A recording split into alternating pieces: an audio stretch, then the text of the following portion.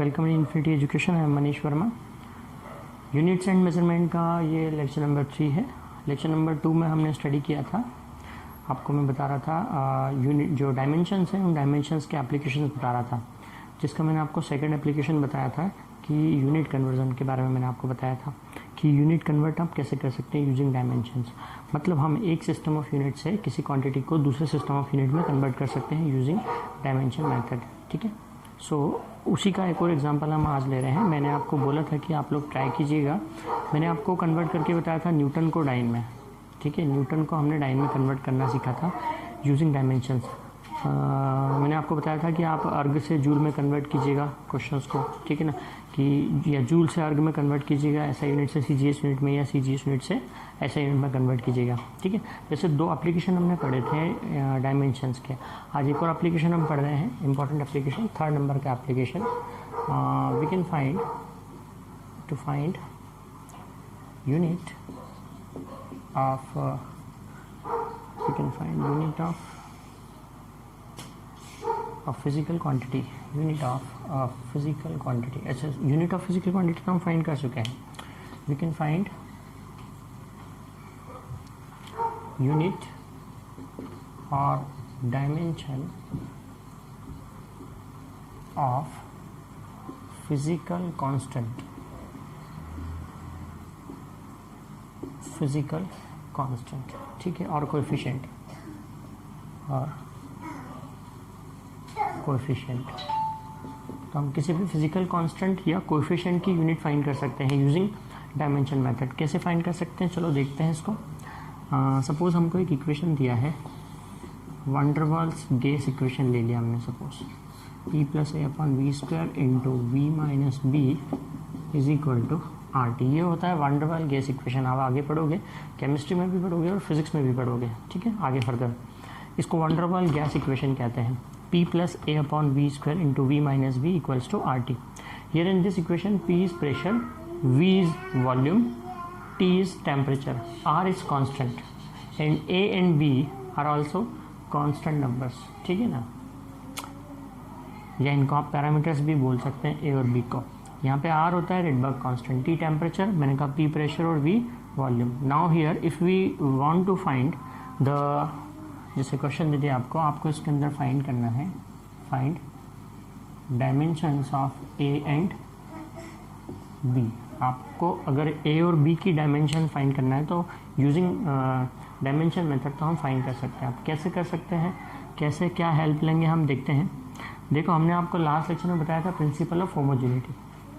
हमने एप्लीकेशन किया था, करेक्टनेस चेक करी थी हमने किसी भी इक्वेशन की। तो हमने आपको क्या बताया था, कोई भी इक्वेशन करेक्ट कब होती है डायमेंशनली, जब उसकी हर एक टर्म की डायमेंशन क्या हो, सेम हो। हर एक टर्म की डायमेंशन कैसी हो, सेम हो। अब उसी प्रिंसिपल ऑफ होमोजेनिटी की हेल्प से हम यहाँ पर फाइंड कर सकते हैं ए और बी की डायमेंशन। ठीक है, कैसे फाइंड कर सकते हैं, आपको ये जो इक्वेशन दिख रही है ये फैक्टर के फॉर्म में दिख रही है ना, ये फैक्टर के फॉर्म में। यहाँ 2 फैक्टर्स हैं, मल्टी ब्रैकेट्स दिख रहे हैं ना आपको, इट मीन्स ये क्या है, फैक्टर्स हैं। ठीक है, तो अगर ये इक्वेशन डायमेंशनली करेक्ट है तो हर एक टर्म की डायमेंशन क्या होनी चाहिए, सेम। यहाँ पे इस इक्वेशन में कितनी टर्म्स हैं, 1 2 3 4 5 टर्म्स है। ठीक है, और लेफ्ट हैंड और राइट हैंड सारी टर्म्स की डायमेंशन कैसी होनी चाहिए, सेम होनी चाहिए using dimension method by principle of homogeneity. So what we can write, by principle of homogeneity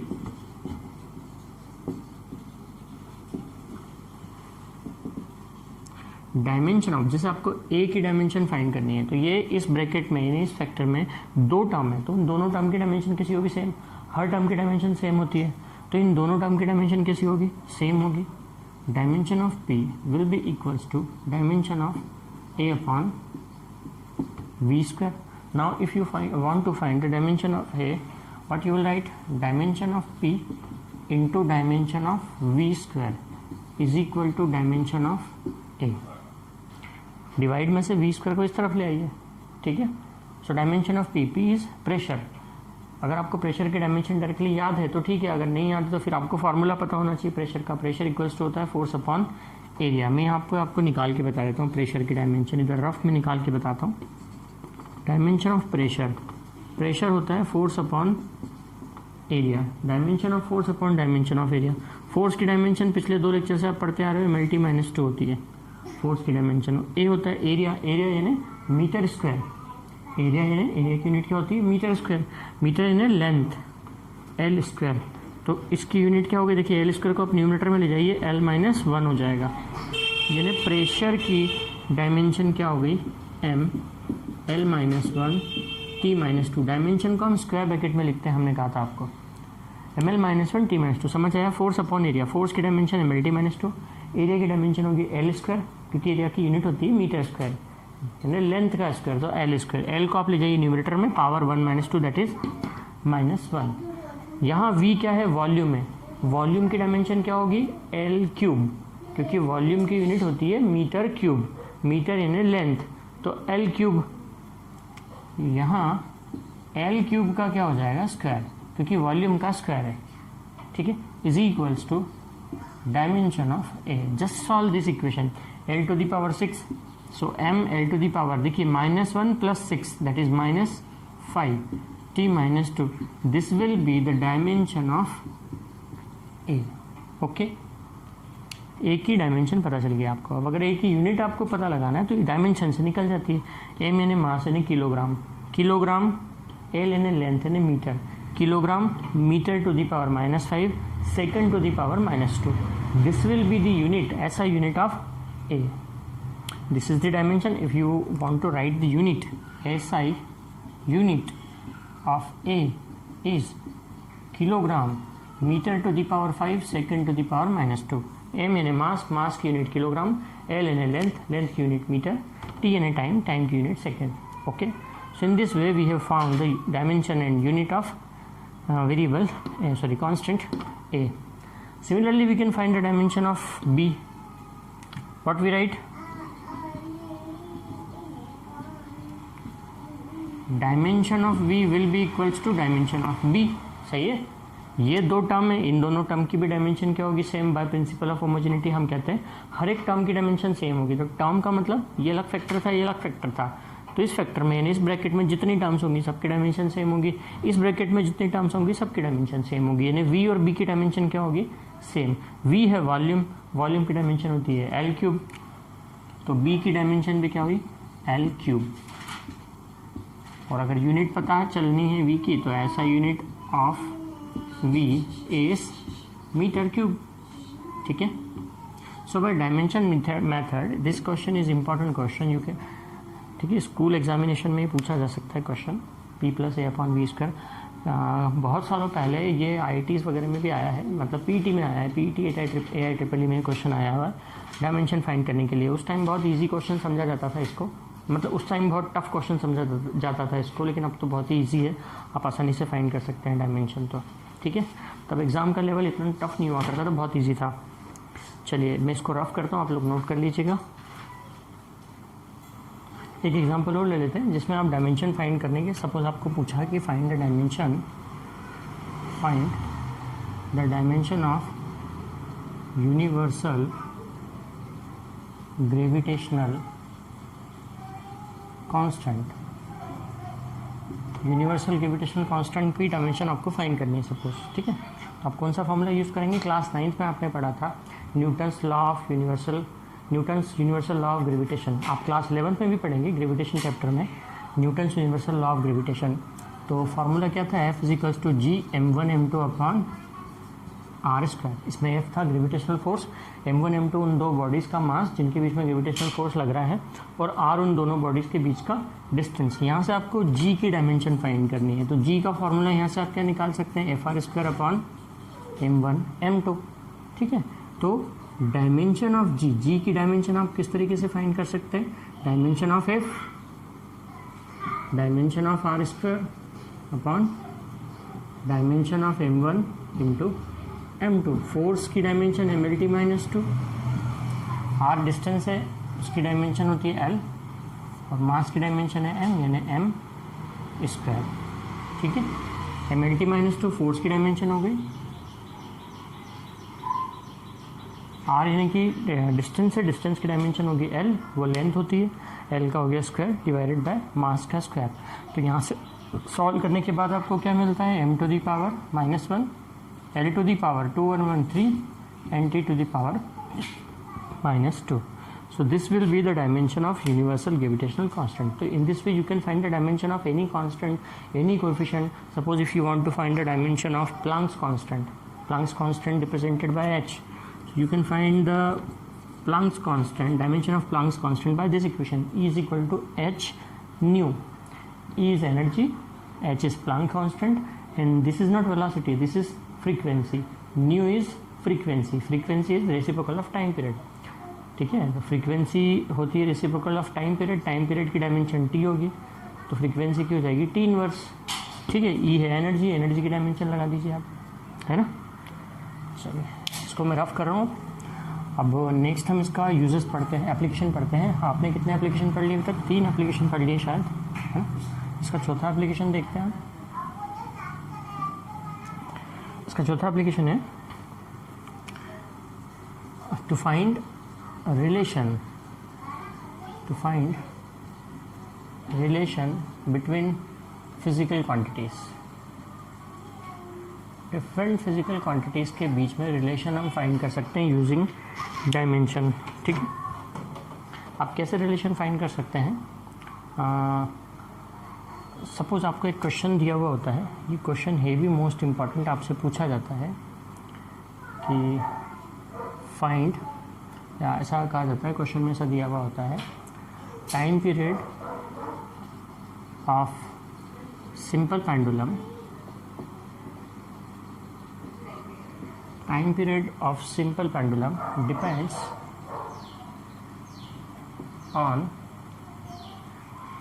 depends on it's effective length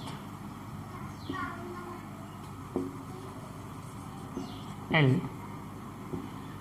and gravitational acceleration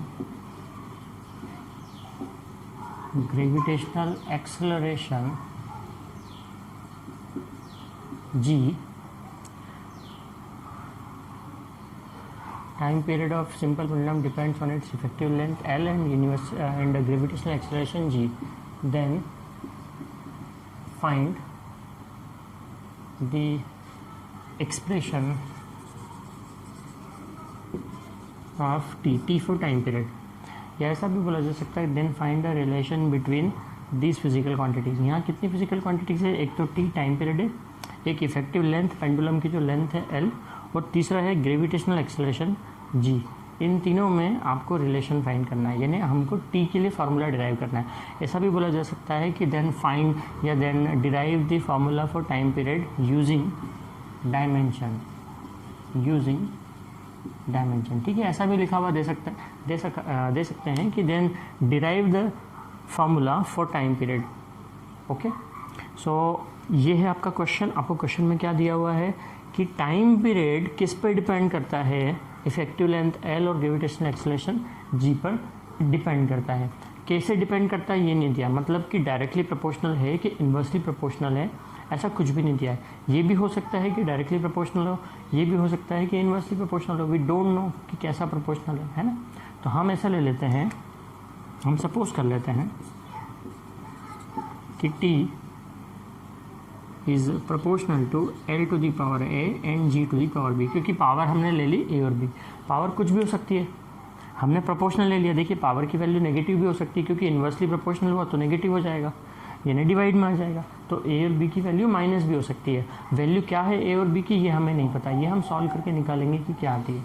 चूँकि हमें ये दिया हुआ है कि टाइम पीरियड टी इन दो क्वांटिटी पे डिपेंड करता है, तो हम टी को लिख लेते हैं कि T is proportional to L to the power A and G to the power B. We don't know how it is proportional, लेकिन हम लगाएंगे, हाँ मतलब हमें ये नहीं पता है कि वो कैसे डिपेंड करता है, लेकिन हम लगाएंगे तो प्रोपोर्शनली, है ना. क्योंकि अगर ए की वैल्यू -1 आ गई तो ये 1/l हो जाएगा, वैसे इन्वर्सली प्रोपोर्शनल हो जाएगा. ठीक है, तो ए या बी में से किसी की भी वैल्यू अगर माइनस में आ जाएगी तो वो इन्वर्सली प्रोपोर्शनल हो जाएगा ऑटोमेटिकली. तो हम सिंबल तो यहाँ प्रोपोर्शनली लगाएंगे. ये चीज़ स्टूडेंट को रहती है कि सर प्रोपोर्शनली क्यों लगाया, इन्वर्सली प्रोपोर्शनल क्यों नहीं लिया, हमें क्या पता है. यस, कोई बात नहीं. अगर ए या बी की वैल्यू नेगेटिव आ गई सॉल्व करने के बाद, तो इन्वर्सली अपने आप ही हो जाएगा ना प्रोपोर्शन वो तो. ठीक है, क्योंकि इन्वर्स प्रोपोर्शन है क्या, डायरेक्ट प्रोपोर्शन का कन्वर्स ही तो है. ठीक है, अगर आप किसी क्वांटिटी को बताना चाहते हो कि वो नेगेटिव है तो अगर वो पॉजिटिव नहीं है तो नेगेटिव 100% नेगेटिव ही होगी, ठीक है, मतलब उसमें बताने वाली कोई बात नहीं होती है। आप ऐसा लिख सकते हो 5 ± 6 लिखते ही हो ना, ठीक है, तो इसलिए इन्वर्स प्रोपोर्शन अलग से कोई एग्जिस्ट नहीं करता, पावर अगर माइनस हो गई तो इन्वर्स प्रोपोर्शन में हो जाएगा, ठीक है। तो हमें ऐसा दिया था कि एक क्वांटिटी टाइम पीरियड दो दूसरी क्वांटिटी पर डिपेंड करती है, हम ऐसा लिख सकते हैं, है ना। अब प्रोपोर्शनल का सिंबल हटा के आप के कांस्टेंट ले सकते हो, प्रोपोर्शनल हटा के हम के लगाते ही हैं कांस्टेंट, तो you can write this as t is equal to K L to the power A G to the power B, इसको दे दीजिए अब इक्वेशन नंबर 1। अब आपको ये करना होगा, यहाँ पे जितनी भी फिजिकल क्वांटिटीज़ है सबकी डायमेंशन लेनी होगी, ठीक है, सभी की डायमेंशन लेनी है। टी टाइम पीरियड है तो टाइम पीरियड की डायमेंशन क्या होगी, time dimension of T is T, time period यानी टाइम है, टाइम की डायमेंशन टी होती है तो उसे टी लिखेंगे आप। डायमेंशन ऑफ एल, एल क्या है, लेंथ, लेंथ की डायमेंशन एल होती है, डायमेंशन को हमेशा स्क्वायर ब्रैकेट में लिखते हैं। एंड डायमेंशन ऑफ जी, जी क्या है, ग्रेविटेशनल एक्सेलरेशन, ग्रेविटेशनल एक्सेलरेशन, तो जो एक्सेलरेशन की यूनिट डायमेंशन है वही ग्रेविटेशनल एक्सेलरेशन की, क्योंकि वो भी एक्सेलरेशन है। एक्सेलरेशन की डायमेंशन होती है LT-2, मैंने प्रीवियस लेक्चर्स में आपको निकाल के बताया, मीटर पर सेकंड स्क्वायर उसकी यूनिट होती है, यानी LT-2 आती है डायमेंशन किसकी, जी की। ये वैल्यूज़ अब आप रख दीजिए यहाँ पे, ठीक है, इस इक्वेशन में रख दीजिए, पुट इन इक्वेशन नंबर 1। तो देखिए टी की डायमेंशन हुई टी, ओके, यहाँ पर के कांस्टेंट है, कांस्टेंट की तो कोई डायमेंशन होती नहीं है, हमें लिखने की भी ज़रूरत नहीं है। एल टू दी पावर कितना है, ए, और इधर होगा ये LT-2 to the power B, okay. Equation 1 में वैल्यू पुट की, टी की डायमेंशन टी है, के कांस्टेंट है उसकी कोई डायमेंशन नहीं होती, एल की डायमेंशन कैपिटल एल है टू दी पावर ए, जी की डायमेंशन LT-2 है टू दी पावर बी। इसको सॉल्व कर लेते हैं। देखिए लेफ्ट हैंड साइड में कहीं भी m नहीं है तो m को 0 लिख सकते हैं, l भी नहीं है l को भी 0 लिख सकते हैं, टू दी पावर और t। यहाँ पे देखिए यहाँ पे भी m कहीं नहीं है तो m टू दी पावर 0 हम लिख सकते हैं। l टू दी पावर कितना हो गया, ये l to the power a और ये l to the power b, l to the power हो गया a plus b, base same हो तो पावर ऐड हो जाती है ना, आप लिखते हो ना x² इंटू एक्स क्यूब कितना होता है x to the power 5, powers add on हो जाती है, तो l to the power a into l to the power b, l to the power a plus b, t to the power कितना हुआ -2b, ठीक है। अब लेफ्ट हैंड और राइट हैंड को कंपेयर कीजिए, आप पावर्स को कंपेयर कीजिए, comparing powers of m l n t, इनकी पावर्स को कंपेयर करें। 0 इज इक्वल टू 0 सही है, a plus B equal to 0 and -2b equal to 1, ठीक है। l to the power a plus B, l to the power 0 compare कर रहे हैं हम तो लेफ्ट हैंड राइट हैंड को, है ना, तो a plus B equal to 0 and -2b equal to 1। यहाँ से b की वैल्यू कितनी आई, -1/2, b की वैल्यू -1/2 आएगी तो a की वैल्यू क्या हो जाएगी, +1/2, इक्वेशन 1 में यहाँ पर रख दीजिए, b इक्वल टू -1/2 यहाँ रखेंगे इस इक्वेशन में तो a इक्वल टू +1/2 हो जाएगा। आपके पास a और b दोनों की वैल्यू आ गई। अब आप फाइनल रिलेशन निकाल सकते हो बड़ी इजीली, इक्वेशन 1 में पुट कर दीजिए a और b की value, putting values of a and b in equation 1, ठीक है। इक्वेशन 1 में रख दीजिए वैल्यूज, तो t is equal to k l to the power a means 1/2, g to the power b में -1/2, ठीक है। इसको थोड़ा सा जमा के लिख देते हैं हम, g की पावर माइनस है, इसको डिनोमिनेटर में ले जाइए, l और g दोनों की पावर ही 1/2 है, यानी l/g होल पावर 1/2 हो गया। g to the power minus था ना तो डिनोमिनेटर में ले गए हम उसको, 1/2 का मतलब क्या होता है, under root, t is equals to k under root l/g। This will be the required relation और this will be the required formula for time period of simple pendulum, ठीक है, जो क्वेश्चन में आपसे पूछा था। सो ये हमारा था चौथा एप्लीकेशन कि हम डायमेंशंस की हेल्प से फिजिकल क्वांटिटीज़ में आपस में रिलेशन फाइंड कर सकते हैं, ठीक है। लेकिन यहाँ एक लिमिटेशन है, ध्यान दीजिएगा कि आपके पास होते हैं सिर्फ m l और t है, t नहीं होते हैं m l और t। अब अगर आपको 4 फिजिकल क्वांटिटीज़ में रिलेशन चाहिएगा तो 3 इधर लिखोगे फिजिकल क्वांटिटी, चौथी इधर लिखोगे, 4 अगर फिजिकल क्वांटिटी हो गई तो आपके पास में 4 इक्वेशन बन जाएगी सॉल्व करने के लिए, 4 इक्वेशन बनेगी, लेकिन वेरिएबल 3 ही रहेंगे, a b और c, क्योंकि यहाँ पे जो पावर्स आप लोगे MLT की पावर वो a b c रहती है, तो वेरिएबल 3 ही रहेंगे आपके पास, लेकिन इक्वेशन 4 हो जाएंगी सॉल्व करने के लिए। जिसका कोई सॉल्यूशन नहीं होता है, नो सॉल्यूशन। क्लास 10th में आपने पढ़ी होगी साइमल्टेनियस इक्वेशंस, लीनियर इक्वेशंस। दो हुआ करती थी, जैसे दो इक्वेशन है एक्स वाई में, तो वेरिएबल भी दो होते थे, ठीक है, तो वो इक्वेशन सॉल्व हो जाती थी, एक्स और वाई की वैल्यू आ जाती थी। अगर तीन वेरिएबल हैं तो फिर तीन इक्वेशन होती है सॉल्व करने के लिए, एक्स वाई जेड तीन अगर वेरिएबल हैं तो आपके पास तीन लीनियर इक्वेशन होनी चाहिए उनको, उसका यूनिक सॉल्यूशन निकालने के लिए। लेकिन अगर दो ही इक्वेशन है और वेरिएबल तीन है, एक्स वाई जेड की सपोज दो इक्वेशन ही है आपके पास, तो फिर दो इक्वेशन से आप तीन वेरिएबल की वैल्यू कैसे निकाल सकते हो, यूनिक सॉल्यूशन निकलेगा ही नहीं। इसीलिए अगर तीन से ज़्यादा नंबर ऑफ वेरिएबल्स रहते हैं तो उनमें आपस में हम रिलेशन फाइंड नहीं कर सकते using dimension method. This is the limitation of dimension. ये लिमिटेशन है ना, आगे हम डिस्कस करेंगे, कई सारे लिमिटेशन है, 4-5 लिमिटेशंस हैं। तो उनमें से एक लिमिटेशन ये भी है कि तीन से ज़्यादा फिजिकल क्वांटिटीज़ के बीच में हम रिलेशन फाइंड नहीं कर सकते, ठीक है, तीन तक हम कर सकते हैं। चलिए मैं इसको रफ कर रहा हूँ, अब नोट कर लीजिएगा आप। चलिए अब मैं एक क्वेश्चन ले रहा हूँ जो जेई मेंस में आया था। ये क्वेश्चन जेई मेंस में भी आ चुका है, एआई ट्रिपल ई में भी आ चुका है एक बार, ठीक है, और पीएमटी में, सीपीएमटी में आया था, ओके सीपीएमटी में आया था, सीपीएमटी में भी आया था ये क्वेश्चन। क्वेश्चन क्या है, मैं क्वेश्चन लिख देता हूँ। If P represent, if P capital P represent radiation pressure, radiation pressure, P represent radiation pressure, C represent speed of light, and Q represent radiation energy per unit square per second. Q represent radiation energy per unit area per second, per unit area, हाँ, per unit area per second. Then non-zero integers x, y, z, then non-zero integers x, y, z such that p to the power x, q to the power y and c to the power z is dimensionless.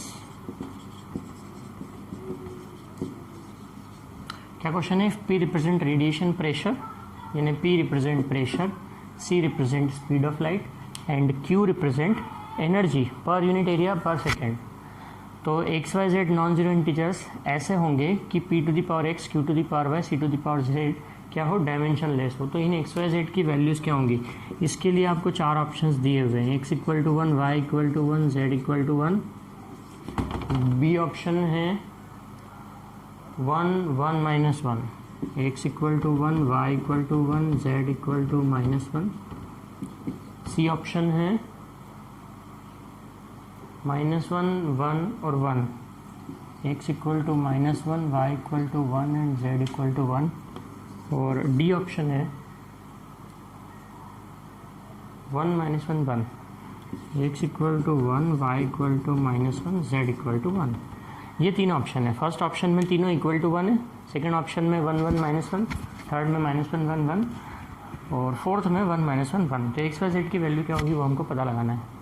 देखिए question बहुत ही आसान होते हैं, बहुत, देखिए JEE के question कभी भी मैं आपको बता दूं, जिसका फर्स्ट क्वेश्चन हम ले रहे हैं जेई का, कोई सा भी क्वेश्चन है जेई का, मेंस का या एडवांस का, क्वेश्चन बहुत लेंथी नहीं होता है क्योंकि आपके पास बहुत लिमिटेड टाइम होता है सॉल्व करने के लिए उन क्वेश्चंस को, ठीक है। आप 75 क्वेश्चन आने लग गए हैं, 25-25 क्वेश्चन तीनों सब्जेक्ट के होते हैं मेंस में, 25 क्वेश्चन ईच सब्जेक्ट होते हैं, 75 टोटल क्वेश्चन होते हैं, ठीक है। आपके पास 3 आवर्स होते हैं सॉल्व करने के लिए, तो 75 क्वेश्चन आपको सॉल्व करने होते हैं उस ड्यूरेशन में।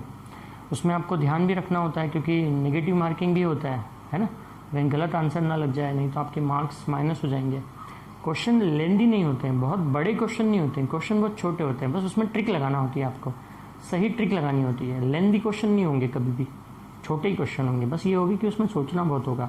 यहाँ से क्वेश्चन है, मैंने क्वेश्चन बहुत ही सिंपल लिया है, बहुत डिफिकल्ट क्वेश्चन नहीं है। आपको क्या गिवन है कि ये जो क्वांटिटी है ना, इसकी डायमेंशन कुछ नहीं है, डायमेंशन लेस क्वांटिटी है ये, ठीक है। अब यहाँ पे ये जो तीनों चीज़ें हैं पी, क्यू और सी, सब क्या है, पी प्रेशर है ना। तो अब देखिए P to the power X, अब इसको अगर हम सॉल्व करें तो P to the power X है, अब पी क्या है, मैं इसको डायमेंशन से सॉल्व कर रहा हूँ। तो पी क्या है, पी है प्रेशर। प्रेशर की डायमेंशन क्या होती है, आपको कुछ क्वांटिटीज़ ऐसी हैं जिनकी डायमेंशन मुँह ज़बानी याद होनी चाहिए। आप बार बार अगर पढ़ेंगे तो याद हो जाएगी, वो चार्ट आप याद कर लीजिएगा जो बुक में है डायमेंशंस का, या फार्मूले याद कर लीजिएगा, ठीक है। क्योंकि बार बार अब जब आप लगाएंगे ना तो डायमेंशन वैसे ही आपको याद हो जाएगी। जैसे प्रेशर है, फोर्स अपॉन एरिया होता है, वो ml-1 आता है उसका, ml-1 T-2। तो ml-1 T-2 ये यूनिट है, ये डायमेंशन है किसकी, प्रेशर की। P to the power x, तो ये P to the power x हो गया, into Q to the power y। Q क्या है भैया, Q है एनर्जी, लेकिन एनर्जी क्या, energy per unit area per second, आगे ये भी लिखा हुआ है, इसका भी ध्यान रखना है हमें, energy per unit area per second. तो एनर्जी की डायमेंशन क्या होगी, जो वर्क की होती है, वर्क होता है force into displacement, ml² T-2। लेकिन पर यूनिट एरिया, एरिया की डायमेंशन होती है l², और पर सेकेंड टाइम की डायमेंशन है t, ये आएगा पूरा q में टू दी पावर y। और c है स्पीड ऑफ लाइट, स्पीड की डायमेंशन LT-1 होती है metre per second, LT-1 to the power z equal to, ये क्वांटिटी डायमेंशन लेस है। डायमेंशन लेस मतलब m to the power 0, l to the power 0, t to the power 0। बस compare करेंगे अब हम, ये क्या लिखा आपने, p to the power x, q to the power y, c to the power z। ये क्वांटिटी कैसी है, डायमेंशन लेस, इसकी कोई डायमेंशन नहीं। इसका मतलब ये जो तीनों है ml t, इनकी पावर क्या रहेगी, 0, कोई डायमेंशन ही नहीं है, डायमेंशन लेस क्वांटिटी। अगर कोई क्वांटिटी डायमेंशन लेस है ना, तो फिर हर एक वेरिएबल ये जो लिखा है ml t की पावर क्या रहेगी, 0 रहेगी। बस इसको आप सॉल्व कर लीजिए, आंसर आ जाएगा आपका कंपेयर करके, ठीक है। कैसे आएगा देखिए, मैं डायरेक्ट सॉल्व करता हूँ। m टू दी पावर कितना हो जाएगा, ये यहाँ तो पावर है x, यहाँ पे पावर कितनी है y, तो m टू दी पावर हो गया x plus Y. l to the power, यहाँ देखते हैं पहले, ये l से l तो कैंसिल ही हो जाएगा, यहाँ पे l टू दी पावर क्या बचा, -x, तो यहाँ पे l टू दी पावर क्या है, z, तो -x plus z। t to the power यहाँ -2x है, ये पावर हो जाएगी ऊपर जा कर के -3, तो t to the power -2x -3y और -z, ठीक है, ऐसा बचेगा, is equal to m to the power 0, l to the power 0, t to the power 0, ठीक है। चेक कर लेता हूँ मैं एक बार, मैं सही हूँ कि नहीं। ये m to the power x, ये m to the power y, दूसरा कहीं m नहीं है, तो x plus Y. l to the power यहाँ -x है, ये l से l कैंसिल हो गया, एक l यहाँ पे है, तो ये -x और प्लस z, ठीक है। t to the power -2x, यहाँ t टू दी पावर ये ऊपर जाएगा -3 हो जाएगा, -3y, यहाँ t to the power -z, okay, right hand में 0। तो अब 3 इक्वेशन क्या बनी आपके पास में, एक तो बनी आपकी x plus y equal to 0, मैं इधर लिख देता हूँ, इक्वेशन सॉल्व करनी पड़ेगी हमें, दैट्स वाई। एक इक्वेशन बनी x plus y equal to 0, दूसरी इक्वेशन बनी -x plus z equal to 0, और थर्ड इक्वेशन बनी -2x -3y -z is equal to 0। इन तीनों इक्वेशन को सॉल्व करना है हमें, ठीक है। इन तीनों इक्वेशन को कैसे सॉल्व करेंगे, कोई भी 2 इक्वेशन लेके आप सॉल्व कर लीजिए, फिर 2 इक्वेशन लेके तीसरा वेरिएबल आ जाएगा। अभी देखिए मैं आपको शॉर्टकट बताता हूँ, आपके पास आंसर तो है ही ना, आपको इतना सारा लंबा सॉल्व करने की ज़रूरत नहीं, अदरवाइज टाइम बहुत लगेगा। आप एक एक करके x y z की वैल्यू तो आपके पास है, एक एक करके रखते जाइए, देखते जाइए कि कौन सी वैल्यू सेटिस्फाई कर रही है तीनों इक्वेशन को। जो वैल्यू तीनों इक्वेशन को सेटिस्फाई करें वो अपना आंसर है, ठीक है। तो आपको इन सारी इक्वेशन को सॉल्व करने की ज़रूरत नहीं है, आप आंसर को यहाँ पे रख के देखिए। पहला आंसर में तीनों की वैल्यू 1 1 1 है, फर्स्ट इक्वेशन को सेटिस्फाई करेगा ही नहीं, x और y दोनों 1 और 1 हो ही नहीं सकते, 1 + 1 0 नहीं आता है, तो पहला आंसर तो गलत है, a वाला तो गलत है, b वाला भी गलत है, क्योंकि b में भी x और y दोनों की वैल्यू +1 है, अगर आप फर्स्ट इक्वेशन में रखते हो तो सेटिस्फाई होती ही नहीं है, तो b ऑप्शन भी गलत है। देखिए c ऑप्शन सही हो सकता है, x -1 है, y +1 है, -1 + 1 0 आ जाएगा, ओके। क्या सेकेंड इक्वेशन सेटिस्फाई हो रही है, देखते हैं, -x मतलब माइनस प्लस 1 हो गया, +1 + 1 0 नहीं आएगा, तो C भी सेटिस्फाई नहीं कर रहा है, आंसर C भी सेटिस्फाई नहीं कर रहा है। अब डी पे आ जाते हैं, 1 - 1 1, x + y 0 आ जाएगा, -x + z, देखिए -x करोगे तो -1 + 1 यानी कि 0 आ गया। थर्ड इक्वेशन देख लेते हैं हम, x की वैल्यू क्या रखना है 1, -2 हुआ, y की वैल्यू भी क्या रखना है -1, तो माइनस हो गया ये +3, z की वैल्यू +1 है, यहाँ -z है तो -1। अब देखिए ये भी 0 आ जाएगा, यानी कि आपका ऑप्शन डी सही है, ऑप्शन डी में जो एक्स वाई जेड की वैल्यू है वो तीनों इक्वेशन को सेटिस्फाई कर रही है। तो आप यहाँ ध्यान रखिए, आपको इन इक्वेशन को सॉल्व नहीं करने की ज़रूरत नहीं है, आप यहीं से आंसर उठाइए, एक एक करके रखते देखते जाइए, जो सेटिस्फाई कर देगा वो अपना सही ऑप्शन होगा। तो ऑप्शन डी करेक्ट ऑप्शन था। समझ में आया है ना? मैंने आपको चूँकि समझाया इसलिए 5 मिनट लग गए, 4-5 मिनट लग गए, लेकिन जब आपकी प्रैक्टिस हो जाएगी तो ये क्वेश्चन आप 1 से 2 मिनट के अंदर सॉल्व कर लेंगे, आराम से कर लेंगे। ठीक है, चलो कोई दूसरा क्वेश्चन लेते हैं अब हम। देखिए एक क्वेश्चन और मैं लेता हूँ। क्वेश्चन लिखने में बहुत बड़ा जाएगा, इसलिए मैं उस क्वेश्चन को बहुत ही शॉर्टकट में लिखता हूँ। और ये क्वेश्चन भी जेई का क्वेश्चन है, जेई मेंस में आ चुका है ये क्वेश्चन भी। क्वेश्चन है, क्वेश्चन को मैं शॉर्ट में लिख रहा हूँ। एक रिलेशन आपको दिया हुआ है वी वॉल्यूम है, जहाँ पे वॉल्यूम डिपेंड करता है एरिया पर, वेलोसिटी पर और टाइम पर, कुछ इस तरह से। V volume is directly proportional to A for area to the power alpha. मैं यहाँ पे लिख देता हूँ कौन क्या है। वी है वॉल्यूम, ए है एरिया, यू है वेलोसिटी और टी है टाइम। तो वॉल्यूम इन तीनों क्वांटिटी पे इस तरह से डिपेंड करता है, ये गिवन है, टू दी पावर में अल्फा बीटा गामा है। तो आपको क्या फाइंड करना है, which of the following will be true. 4 options दिए हैं, alpha is not equal to beta is equal to gamma. Second option है alpha is equal to beta is equal to gamma. Third option है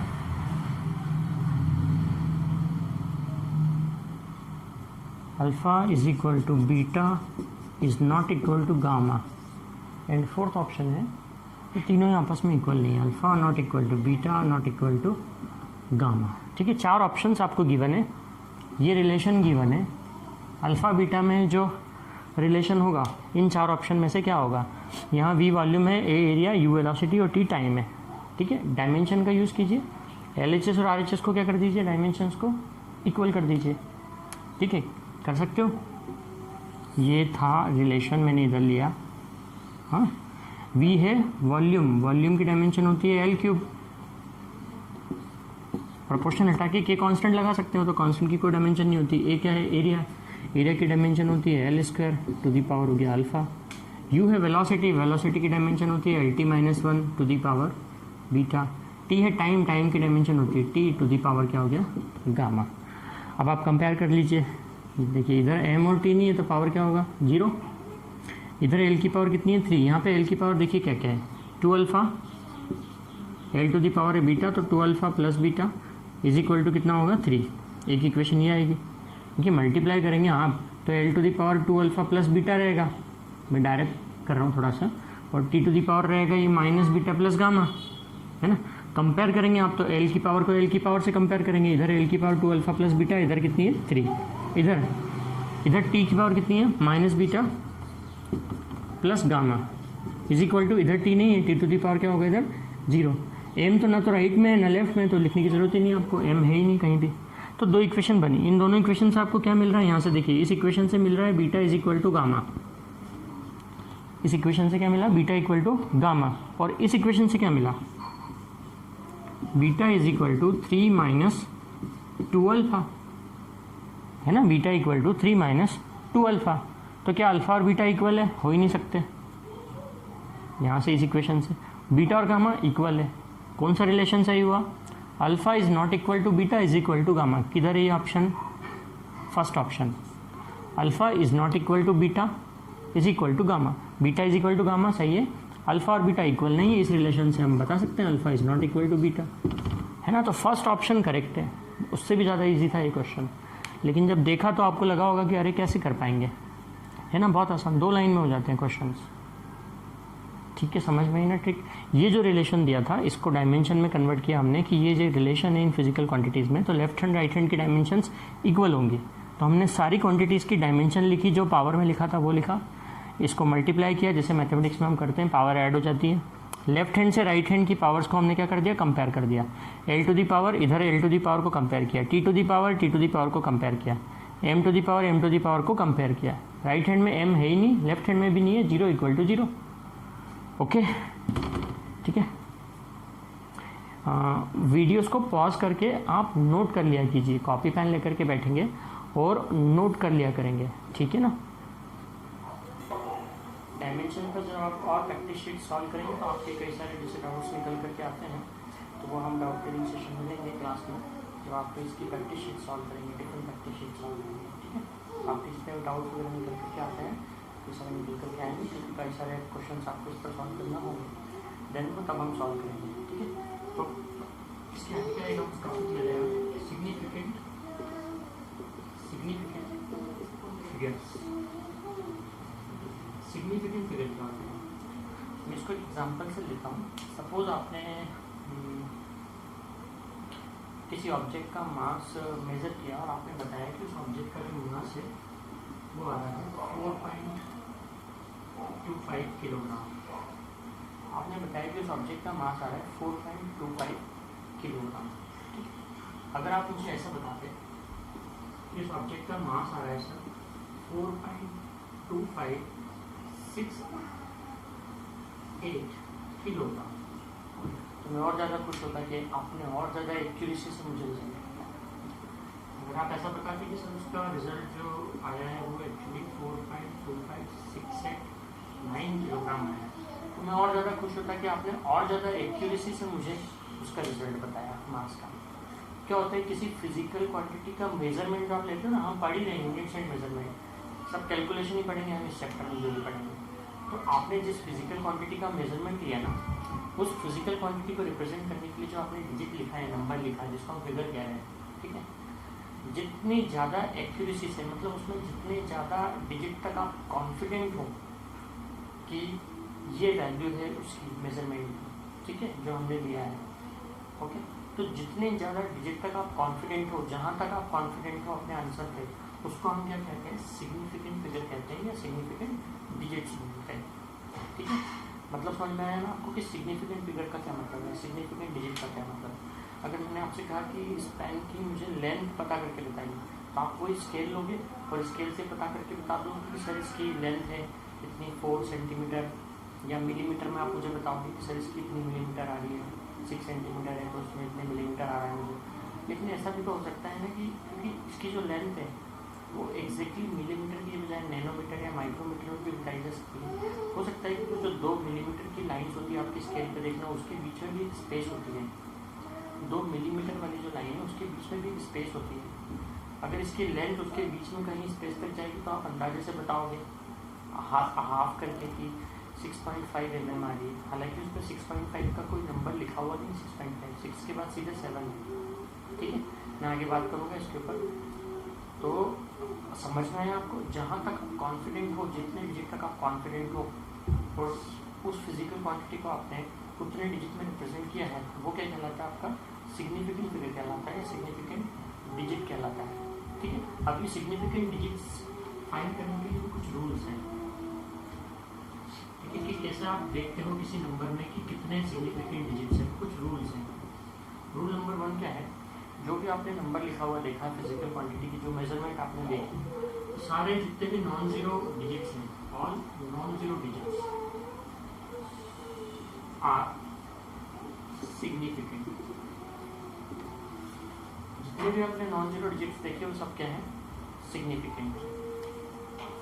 ये पहला rule है। जैसे example हम ले तो हर एक को एग्जांपल से ले लेना। आपने लिखा 4.25, इसमें कितने सिग्निफिकेंट डिजिट्स हैं, 3, 3 सिग्निफिकेंट डिजिट्स। आपने लिखा 42.53,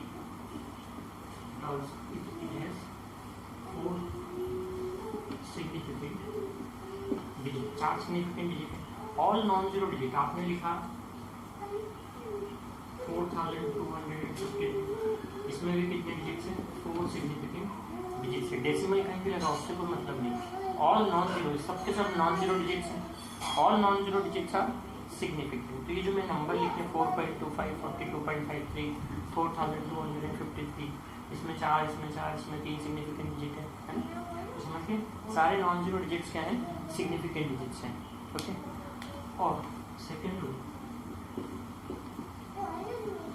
all zeros between 2 non-zero digits are significant. इसका मतलब अगर जीरो किसी दो नॉन जीरो डिजिट के बीच में आ रहा है तो वो क्या है, सिग्निफिकेंट है। फॉर एग्जाम्पल 3.08, अब इसमें जो जीरो आ रहा है ना उसके लेफ्ट और राइट दोनों तरफ नॉन जीरो डिजिट है, भले ही डेसिमल हो, डेसिमल से कोई मतलब नहीं, डेसिमल हो या नहीं हो, जीरो के लेफ्ट हैंड और राइट हैंड में दोनों तरफ क्या है, नॉन जीरो डिजिट है। इसका मतलब जीरो क्या है, वो सिग्निफिकेंट है। तो टोटल कितने सिग्निफिकेंट डिजिट हो गए इसमें, 1 2 3, इसमें कितने सिग्निफिकेंट डिजिट्स हैं, 3 सिग्निफिकेंट डिजिट्स। अगर ऐसा लिखा हुआ है 4205, इसमें कितने डिजिट्स हैं, 4 सिग्निफिकेंट डिजिट्स हैं। अगर ऐसा लिखा है 5.0008, इसमें कितने सिग्निफिकेंट डिजिट होंगे, 1 2 3 4 5, क्योंकि जितने भी जीरो हैं उसके लेफ्ट और राइट में क्या है, नॉन जीरो नंबर है, तो ये जीरो भी क्या होंगे, सिग्निफिकेंट। इसमें कितने सिग्निफिकेंट डिजिट है, 5 सिग्निफिकेंट डिजिट, 3 और 2 5। समझ में आ गया। अगर जीरो बीच में आता है कहीं पर तो वो सिग्निफिकेंट होता है। रूल नंबर 3, जितने भी प्रीसीडिंग जीरोस हैं, मतलब किसी नॉन जीरो डिजिट के पहले आने वाले जीरोस हैं, वो सिग्निफिकेंट नहीं है। All preceding zeros are not significant, वो सिग्निफिकेंट नहीं होते हैं। जैसे एग्जांपल लूँ तो 0.351 लिखा आपने, 0.351, तो ये देखिए ये प्रीसीडिंग जीरो है, यानी सबसे शुरू में आ रहा है जो जीरो, जो भी जीरो सबसे शुरू में है वो सिग्निफिकेंट नहीं है। तो यहाँ कितने सिग्निफिकेंट डिजिट है, 3 एज 3 सिग्निफिकेंट डिजिट्स। अगर हम ऐसा लिखते 0.00351 तो इसमें भी 3 सिग्निफिकेंट डिजिट ही होते हैं, ये तीनों राइट वाले। ये जीरो सिग्निफिकेंट नहीं है। जीरो सिग्निफिकेंट कब होता है, जब उसके लेफ्ट और राइट में भी क्या हो, नंबर हो, नॉन जीरो। ये जो सब जीरो हैं प्रीसीडिंग जीरो थे, शुरू में लिखे, तो ये सिग्निफिकेंट नहीं है।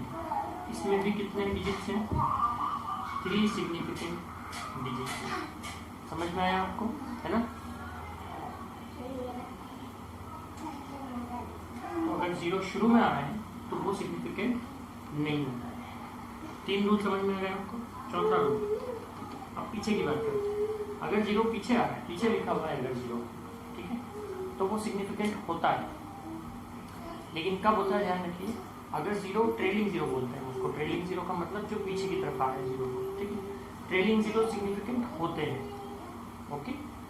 लेकिन अगर वो नंबर जिनमें डेसिमल होता है और पीछे जीरो आ रहा है, मैं इसको एग्जांपल से समझाता हूँ आपको। पहले अपन लैंग्वेज लिख लेते हैं। Trailing zeros, trailing zeros or the zeros to the right of a number, ठीक है, are significant. शॉर्ट में ट्रेलिंग जीरोस आर सिग्निफिकेंट। जैसे अगर हम एग्जांपल लें 0.410, तो ये जो जीरो है लेफ्ट वाला तो सिग्निफिकेंट नहीं है। ये वाले रूल में हमने देख लिया कि लेफ्ट में जो जीरो लिखा है सबसे शुरू में प्रीसीडिंग जीरो, वो तो सिग्निफिकेंट नहीं होता है। ट्रेलिंग का मतलब जो सबसे पीछे आ रहा है जीरो, वो सिग्निफिकेंट होता है। तो यहाँ पे कितने सिग्निफिकेंट डिजिट हैं, 3, 4, 1 और 0, पीछे वाला जीरो इज 3 सिग्निफिकेंट डिजिट्स। एक और एग्जांपल ले लेता हूँ मैं। जैसे अगर ऐसा लिखा हुआ है 3500, इसमें कितने सिग्निफिकेंट डिजिट होंगे, 1 2 3 4 5। ये जो 35 है इसके पीछे वाले सब सिग्निफिकेंट होंगे, लेकिन आगे वाले नहीं होंगे। आगे वाले नहीं होते सिग्निफिकेंट, पीछे वाले सिग्निफिकेंट होते हैं। तो 1 2 3 4 5, इसमें 5 सिग्निफिकेंट डिजिट्स हैं, ठीक है। इसका और भी एग्जांपल लेता हूँ मैं, ऊपर से रफ करता हूँ, ऊपर का लिख लीजिएगा।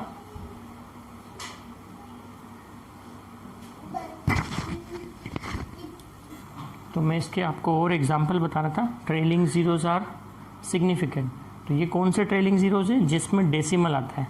विथ डेसिमल में लिख रहा हूँ आगे, यहाँ पे लिख लीजिएगा विथ डेसिमल नंबर, मतलब डेसिमल नंबर्स में जो ट्रेलिंग ज़ीरो होते हैं वो सिग्निफिकेंट होते हैं। मैंने 2 एग्जांपल लिए थे, जैसे ये दोनों 0.410 में 3 सिग्निफिकेंट डिजिट है, 0.035000 में 5 सिग्निफिकेंट डिजिट है। प्रीसीडिंग जीरो सिग्निफिकेंट नहीं होते हैं, ट्रेलिंग जीरो सिग्निफिकेंट होते हैं। जैसे और मैं एग्जांपल ले लूँ तो 0.007401000, इसमें कितने सिग्निफिकेंट डिजिट है? राइट से गिनेंगे, राइट वाले सारे जीरो क्या होते हैं? सिग्निफिकेंट होते हैं। बीच वाले जीरो भी सिग्निफिकेंट होते हैं, सिर्फ प्रीसीडिंग वाले नहीं होते हैं। तो 1 2 3 4 5 6, इसमें 6 सिग्निफिकेंट डिजिट्स हैं। ठीक है, इस नंबर में 6 सिग्निफिकेंट डिजिट्स हैं। ओके, ये था चौथा रूल। अब पांचवा रूल क्या है? पांचवा रूल है कि ना साइंटिफिक नोटेशन, साइंटिफिक नोटेशन या उसको बोलते हैं आप एक्सपोनेंट भी बोलते हैं, एक्सपोनेंट नोटेशन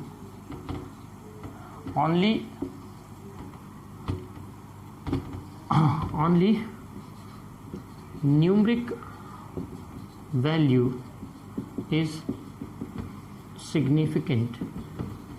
साइंटिफिक नोटेशन मतलब ऐसा लिखा हुआ था ना 3.1 × 10⁻⁻12, तो इसमें कितने सिग्निफिकेंट डिजिट है? जो न्यूमेरिकल वैल्यू सिर्फ वो, जो 10⁻⁻ एक्सपोनेंट होता है भले प्लस हो या माइनस हो, वो सिग्निफिकेंट नहीं होता है। ठीक है, इसमें कितने सिग्निफिकेंट डिजिट्स है? 2, 3 और 1 हैज़ 2 सिग्निफिकेंट डिजिट्स। अगर ऐसा लिखा है 9.8 × 10⁻20, 9 पॉइंट सपोज ऐसा लिखा हुआ 9.85, तो इसमें कितने सिग्निफिकेंट डिजिट्स हो गए? 3 सिग्निफिकेंट डिजिट्स हैं। 10⁻, जो भी हो, प्लस हो या माइनस हो, वो सिग्निफिकेंट नहीं होता है। अब एक चीज़ और समझ लीजिए आप, एक रूल और, जो ट्रेलिंग जीरोस की हम बात कर रहे थे,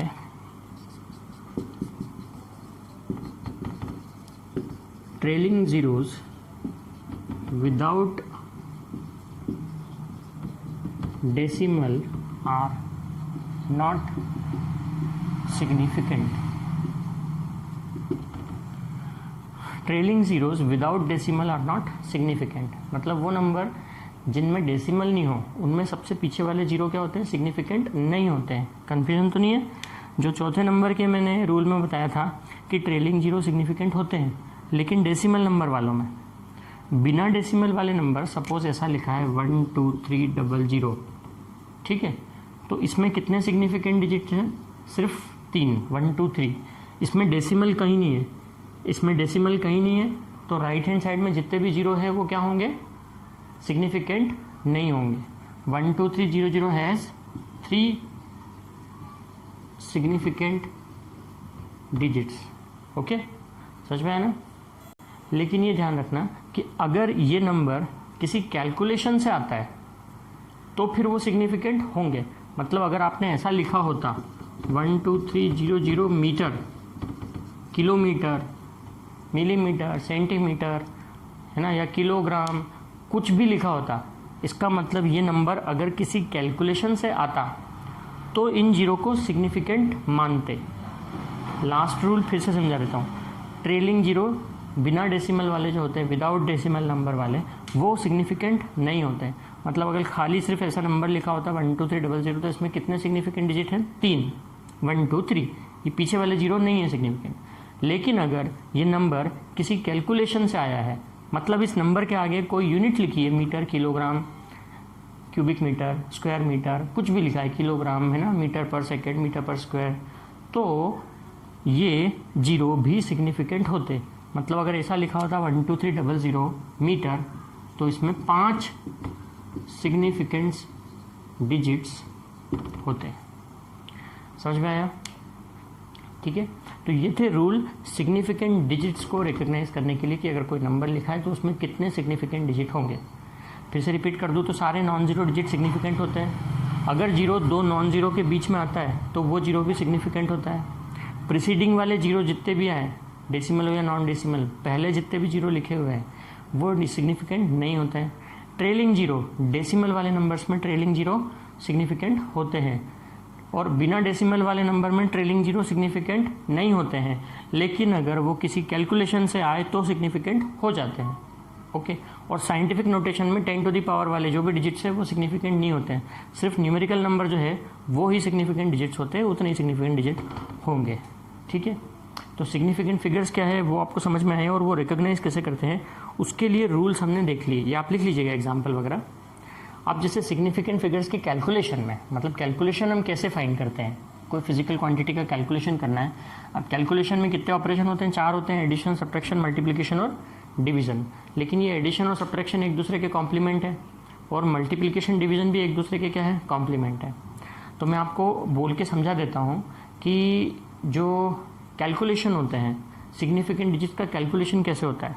तो इसको एग्जांपल के फॉर्म में मैं ऐसे समझाता हूँ कि अगर कोई क्वांटिटी आपको ऐसी दी हुई है, x इक्वल टू 3.5 मीटर और y इज इक्वल्स टू आपका ऐसा दिया हुआ है 0.367 मीटर।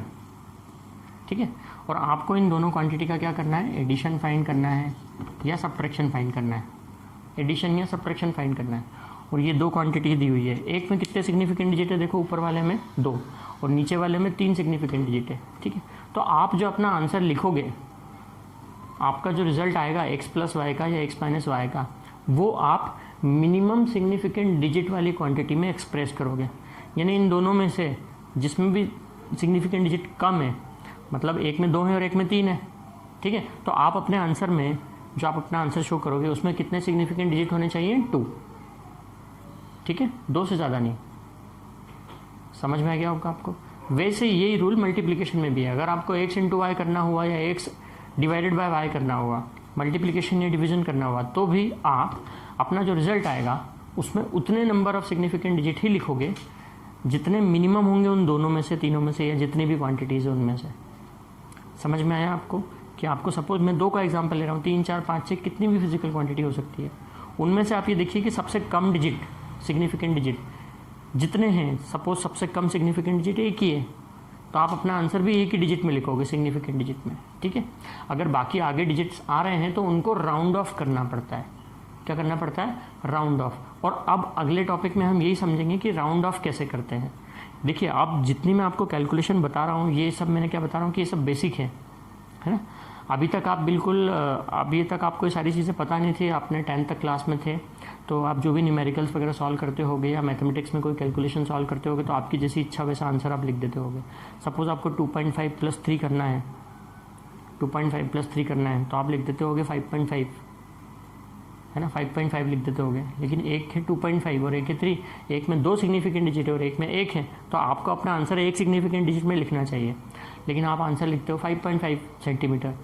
तो आपको उस 5.5 जो आपका आंसर आया है उसको राउंड ऑफ करना पड़ेगा, राउंड ऑफ करके फिर अपना फाइनल आंसर लिखना पड़ता है। तो हर फिजिकल कैलकुलेशन में, प्रैक्टिकल के कैलकुलेशन में, कोई भी फिजिकल क्वांटिटी हो, सिर्फ फिजिक्स की बात नहीं कर रहा हूँ, केमिस्ट्री या बायो या किसी भी सब्जेक्ट में, जब आपको कैलकुलेशन करना होता है तो स्टैंडर्डली ऐसे ही कैलकुलेशन करना पड़ता है। आप अपना आंसर वैसा ही लिखते हो, सिग्निफिकेंट डिजिट्स को ध्यान में रखते हुए आप अपना आंसर लिखते हो। समझ आया? ठीक है, तो नेक्स्ट लेक्चर में हम राउंड ऑफ कैसे करते हैं उसकी बात करेंगे, राउंडिंग ऑफ क्या होता है और उसके रूल्स क्या हैं। ठीक है, थैंक यू।